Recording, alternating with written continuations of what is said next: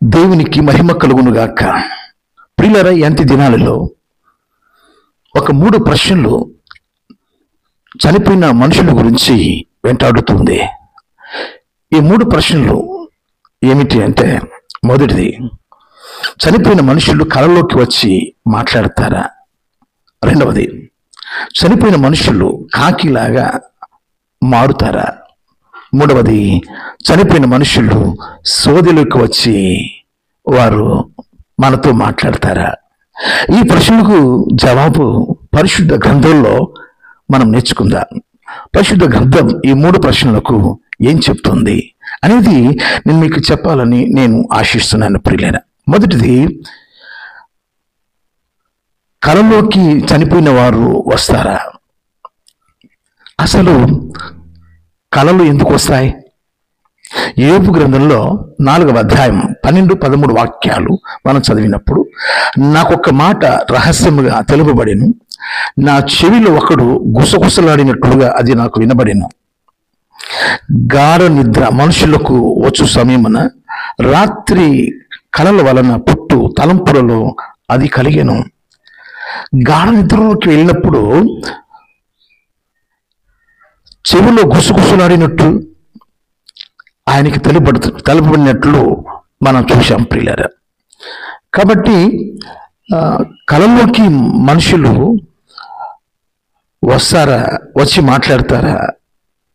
మరొక మాట కూడా చూపిస్తాను. ప్రసంగిద్దాం 5వ అధ్యాయం 3వ వాక్యంలో, విస్తారమైన పనిపాటుల వలన స్వప్నము పుట్టును. విస్తారమైన పనిపాటుల వలన స్వప్నం పుట్టును. కనుక ఈ స్వప్నములో, ఈ కలలోకి చనిపోయిన వారు వస్తారా? తేటగా మీకు చెప్తాను ప్రియులారా. ప్రసంగిద్దాం 12వ అధ్యాయం 7వ వాక్యంలో, మన్ను అయినది వెనుకట వలని అది మరలా మంటికి చేరును, ఆత్మ దయచేసిన ఆత్మ దేవుని యొద్దకు చేరును. కనుక ఆత్మ దేవుని యొద్దకు వెళ్ళినప్పుడు తిరిగి మళ్ళీ రావడము అది జరగదు. అది 2వ రాకడలో మహిమ దేహంగా మార్చబడి ప్రభువు దగ్గర వెళ్ళిపోతుంది. అంతేకాని కలలో రావడం వీలు పడదు. రెండవది, చనిపోయిన మనుషులు కాకిలాగా మారుతారా? ప్రియులారా, తెస్సలోనికీయులకు రాసిన మొదటి పత్రిక 5వ అధ్యాయం 23వ వాక్యంలో, మానవునికి 3 భాగాలు ఉంటాయి: శరీరం, ఆత్మ, ప్రాణం. శరీరము, ఆత్మ, ప్రాణం. ఈ 3 మిళితమైతేనే మనుషులుగా మనం ఈ భూమి మీద జీవించగలుగుతాం. అలాగే పక్షులకు శరీరం ఉంటుంది, ప్రాణం ఉంటుంది, ఆత్మ ఉండదు. కనుక చాలా క్లియర్గా మనం చెప్పుకోవచ్చు ప్రియులారా, పక్షులకు ఆత్మ ఉండదు. ఎందుకు అని మీరు నన్ను అడిగితే, ఆదికాండం 2వ అధ్యాయం 19వ వాక్యంలో అవి భూమిలో నుండి దేవుడు సృజింపజేసినట్టు మనం చూస్తాం. ఇంత తేటగా దేవుడు మనకు తెలియపరుస్తున్న ఈ మాటను బట్టి, మనుషులు ఏమనుకుంటున్నారంటే, చనిపోయిన వారు కాకిలాగా వస్తున్నారు, మా నాన్న వచ్చాడు, మా అమ్మ వచ్చింది అని అనుకుంటారు. అది అసంభవం. అయితే నేల మట్టితో నరుణ్ణి చేసి నాసికారంధ్రంలో ఆయన జీవవాయువు ఊదగా అతడు జీవాత్మాయను అనుంది. మనలో జీవాత్మ ఉంది, కానీ వాటిలో ఆత్మ లేదు. చాలా క్లియర్గా ఉంది కదా. మూడవది, సోదిలోకి వచ్చి చనిపోయిన వారు వచ్చి మాట్లాడతారా? బైబిల్ ఏం చెప్తుంది అంటే, లేవియాకాండం 20వ అధ్యాయం 27వ వాక్యంలో, పురుషుని ఎందేమి స్త్రీ ఎందేమి కర్ణ పిశాచి అయినను సోది అయినను ఉండిన ఎడల వారికి మరణ శిక్ష విధింపవలెను, వారిని రాళ్లతో కొట్టవలెను, తమ శిక్షకు తామే కారకులు.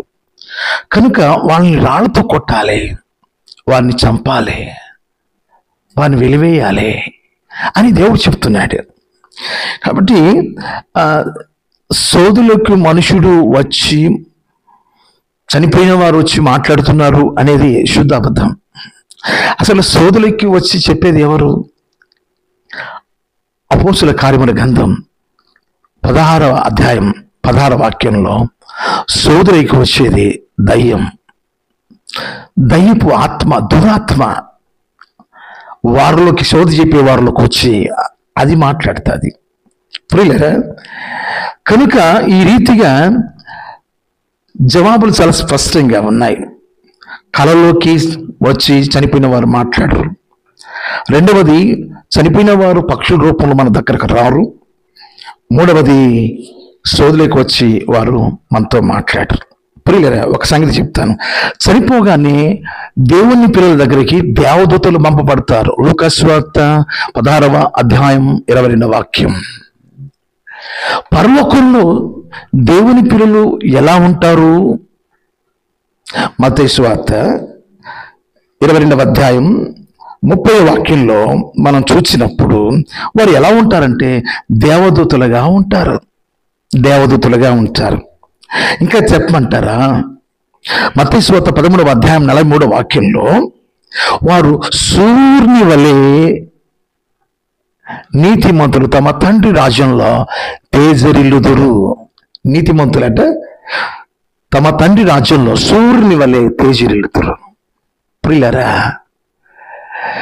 యెహోవా భక్తుల మరణం ఎంత విలువైనది అంటే దేవుడు తన దేవదూతలను పంపించి తన రాజ్యంలోకి ఆయన తీసుకొచ్చుకొని వారిని దేవదూతలుగా మార్చి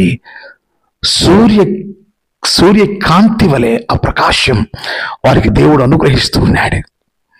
కనుక ఇంత తేట తెల్లగా దేవుని సత్య లేఖనంలో రాయబడినప్పుడు కలలోకి చనిపోయిన వారు వచ్చి మాట్లాడతారా అన్నప్పుడు మాట్లాడతారని సోదికి వెళ్తున్నారు.